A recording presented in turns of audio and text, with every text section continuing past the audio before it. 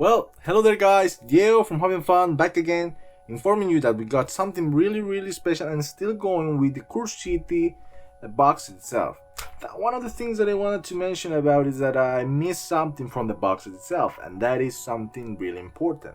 As many of you know, right now Games Workshop has stopped making the Curse City box set, and right now I have one supplementary place to get one of the copies still. But I own one, but one of the biggest issues that I got myself really messed up is it that I have never been checked my own box when I arrived here. And the issue was that I was missing only one 25mm base.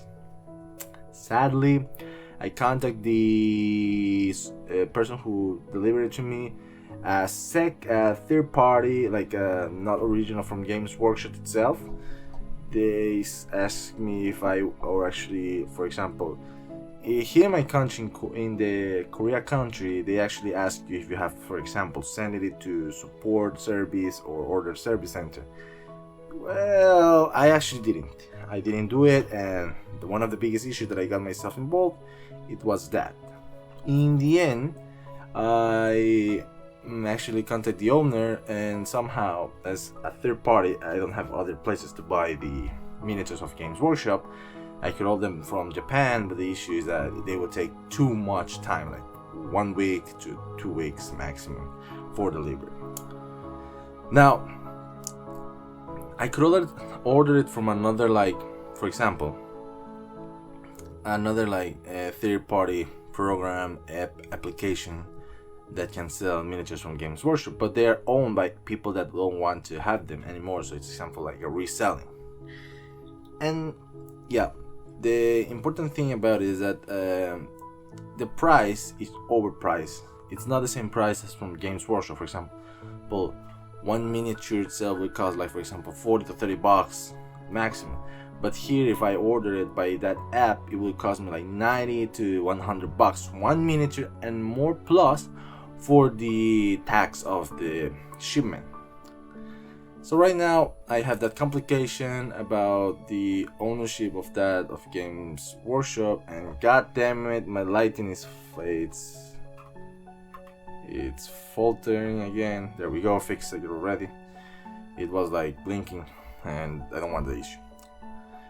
So in the end, I actually got myself involved into one of the situations that I needed to have one more base to complete of the Curse City box set, miniatures painting. What I'm doing as a main objective and job is that I'm going to complete firstly the mission objectives of the box set itself, and also I'm going for my second group, the third group. Yeah, it's a third group that is the last group of the heroes, the adventurers, and they are the three remaining ones. And with it will be the ending of the entire box set. No, it will not. I still have another part that is the villains, and that will be the ending of all. So in my last part, I will be painting all the villains, as well as some of the mission objectives or enemies objectives. So sorry guys, right now I don't have a AC, and I'm using it's like a humidifier, but at the same time it's like a fan. So it's basically two things in one, and I cannot turn it on because if I turn it on, the sound of the fan will be catch up in the mic, and I don't want that. So yeah, right now here it's in my country, it's 30 degrees and higher up like 40 to that point, and it's getting really hot here. For that issue, I'm gonna be saying that in future intro videos, that because of the the weather, it's really a complicated step that is coming up. I'm gonna be like moving away from making an introduction like this, from a normal kind of introduction like painting and say hello to welcome to Having Fun and blah blah blah. Okay, so guys, expect me to finish that up, and also it will take me more time. That's the issue. It will take me more time, and because of that, there has been some complication right now in my job as a military person. I have my complications, and I needed to fix them pretty soon, as fast as possible. And then after moving all of that away, I can go back paint my miniatures. One of the things that I'm gonna be having 3 days, and it is one of the biggest days. It's going to be the 9th month of this year. The 9 months, as you remember, the 7th month and the 9th month are 2 months really important for releases of 2 great products that have come. And also, I've been showing up in my entire, like for example, the video that I uploaded, it was the Compla Expo from the 2021, the new products that's going to arrive for this. And yes, there are 2 most important things that there are between of the universe of Amuro Raid and Shara Azabul. It's going to be Belto Chica's son's daughter, something like that. I forgot. And in that point, I'm gonna be saying that there are 2 mechas that is going to be importantly going to be owned by me. And yes, one of them is going to be the high grade UC 2.0, because it's not the 1.0, it's the 2.0. It's an upgraded version from the original. It's the Nightingale, a new release of the Nightingale in a more sophisticated version for the high grade Universal Center. And yes, guys, there is a rumor saying that because of Bandai making 2.0s and 3.0s in many great kits, this is only a confirmation made by myself in a person like an employee that was working in Bandai, and what I tried to get that information, it got really out of the hands, because I owned it by paying a little bit of money, but it wasn't like a false or a lie information. Many of the Gunpla places, they don't have this information, but as Bandai, as the information says, as Bandai, it's in a more Asian language, so I'm translating to the English language so everyone can understand it. As Bandai is coming out with newest releases of the high grades in a 2.0 versions or a more sophisticated version, the possibility of those who are fans of the real grades, like kids, those real grades will become from those 2.0s and 3.0s in the other series, for example, master grades, high grades, perfect grades, and everything, put all together in a special real grade 144 scale, really detailed kit that will be impact the customer and also those who are fans of the Gunpla. Another thing that there will be a possibility that the Dom and the Goof and the Gok, maybe in the future, like the Goof, Dom, and also another kit, for example, Gundam mass production and everything like this and that, will become real grades. But it's in a future, a really long future, that you need to wait and stop and pray that they come really fast. So guys, aside of that, the Nightingale, and it's in the 7th month, which day I don't know, still waiting confirmations on the Gundam base, that is the supply place, and I'm gonna get my one there. I'm going to be picking a video up there, the Gundam base also. Gonna be saying that the things about the cards of the Gundam base, there's some gift cards that you can receive from them, and what is the meaning of those cards. So it's basically one of the most important things that you will like. The other part that I'm gonna be telling you about is the 9 month. That is the biggest month that I'm gonna be hoping of, because I already own one of the kits of Amuro Rays piloting the RX-93, the newest RX-93 B2 version 2, or the B Gundam that is going to be the high B. It's going to be the high new Gundam. It's going to become a great iconic product, and a really iconic character in the upcoming of the real grades, because at the same time, double stamp. And also guys, I know that many of you have been searching around and see the releases, and sorry, it's really too hot here. My room is really small and it's suffocating here. And yeah, the thing is that I didn't own the new RG Wing Zero, that it's a new release, because I'm gonna be getting it by making that double stamp, and I already checked the price. It's over like $30, and I'm not gonna be paying that money because with the stamp that is going to be the 10th stamp that I'm gonna get in my gift card of the Gundam base, I'm gonna get it for free. So you're gonna be expecting it in a moment, and hope that you guys be up to that moment, because that's one of the important things that you want to know and probably want to guess about it. So stick around to the upcomings of this, and well, those are the important news that I was going to get into you both into this day. So guys, hope that you like, and I'll see you and catch you in the painting session of the Curse City, guys. And also, not stopping there, thank you for those 55 subscribers, and we're going higher up to the 60 amount of subscribers. Remember, getting to 100 or even 200 and more subscribers to the channel, it will gonna be make me a point that it's going to be a special of 100 or even 200. I don't care. Well, as you enjoying the intro, guys, I am going to be showing you all of the previews for the miniatures themselves. Well, for the point of view, each one of the miniatures have been primed in black, and yes, they didn't have another primer that it's like a gray primer or a white primer over them, so they can cover the enough parts what they have. Either way, you guys need to understand that miniatures like these, you need to cover all the parts possible for that point of increasing the detail when capturing that part when you're trying to paint it with your paints.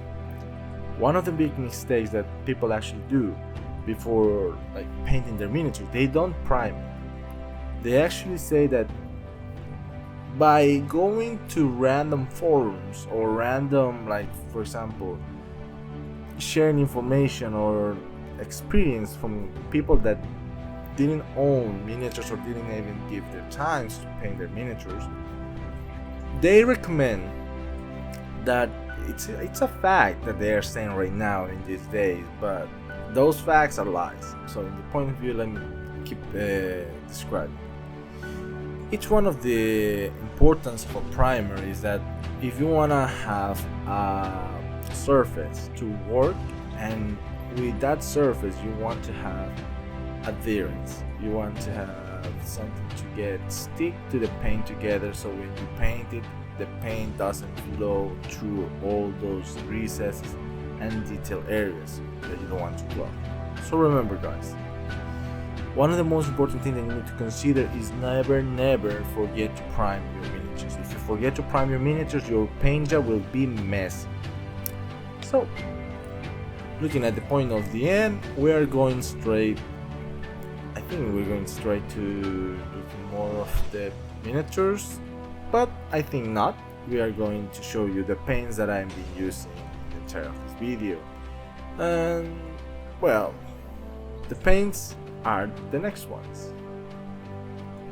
These are the paints that I'm gonna be using in the entire of this video, and yes, somehow that you believe that these paints are not really useful, but no. The truth is, Vallejo's, as always I say, Vallejo's entire products of paints are really good paints because they are non-toxic, and actually they have good smell and good way to use in a closed environment that you have in your house, for example a room where you're close to your kids, or in a place that you are having something with your family or something happening. So this is a friendly eco paint system that you can use in your house. These paints, I'm gonna be using them for the entire of the session, and yes, they are going to be coming handy in some of the parts, and some of the parts that I'm not gonna be taking a reason because I think in this video the dwarf came out a little bit messy, but you get the idea of what my painter was doing because of the issue of the camera, and I had to be really busy these days, so I hope that you understand, guys.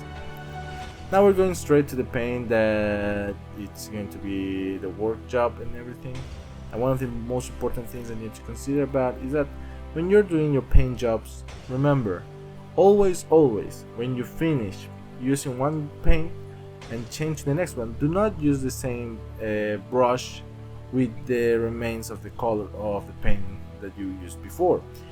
First of all, you need to actually soak your brush in a cup of water, or in a container that has water.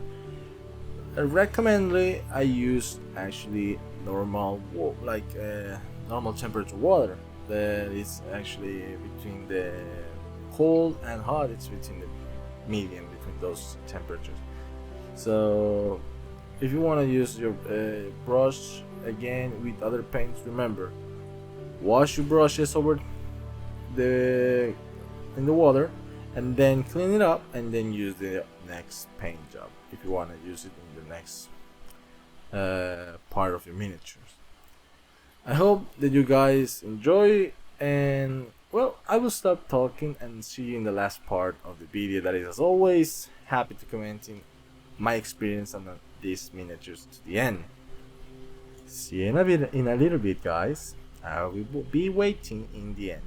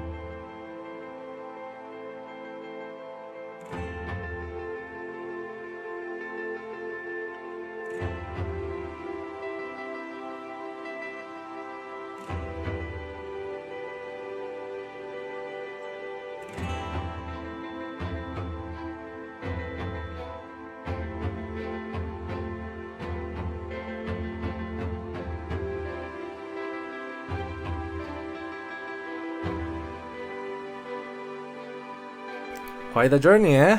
Guys, I hope that you enjoyed the entire of this painting session. And yes, as always, this is the finished product. And yes, the dwarf came out pretty bad. And for me, cleaning it up and making it again wasn't the point of doing that, because I actually wanted to end the heroes and then move on to the final part of the Curiosity boxes, that is the villains, the nemesis of the heroes. And yes, it is going to be today or maybe tomorrow, I don't know, but at some point of the time I'm gonna be finishing the Curiosity box set and then moving on again to the Gun Plus to make more Gundams and the upcoming new Gundam that is in this month. I hope that you are stay tuned to that awesome little stream that I'm gonna be making on myself going to buy it.